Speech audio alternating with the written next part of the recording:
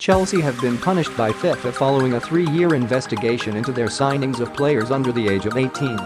The Blues have been banned from registering players for 2 consecutive transfer windows for 29 incidences of breaching Article 19, which relates to the transfer of players aged under 18. They've also been fined £460,000. That means as it stands they will be unable to sign players this summer or in January next year. It throws the club's plans into chaos, with major doubts surrounding the future of star man Eden Hazard.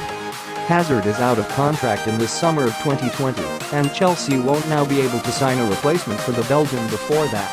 It means they could keep him at the end of the season, but if he doesn't sign an extension, their most valuable asset could then walk out of the club on a free transfer. But there is a way Chelsea could still sign players this summer.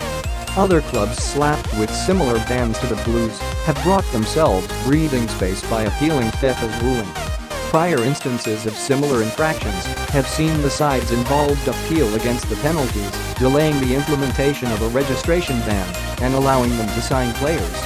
Real Madrid, Atletico Madrid and Barcelona have both been charged by FIFA in recent seasons and have appealed the sentences passed down. Real got their 2-window ban cut in half, while Atletico took their case to the Court of Arbitration for Sport. That lengthy process delayed the implementation of their transfer ban, allowing the club to draft in new names. And Chelsea appear to have opted for a similar tactic in a bid to get new names on board. Chelsea have announced they plan to appeal against the FIFA sentence, which they fully refute. Chelsea's statement in response to FIFA transfer window ban. Chelsea FC has today received a decision from the FIFA Disciplinary Committee concerning alleged breaches of the FIFA regulations that relate to the international transfer of players under the age of 18.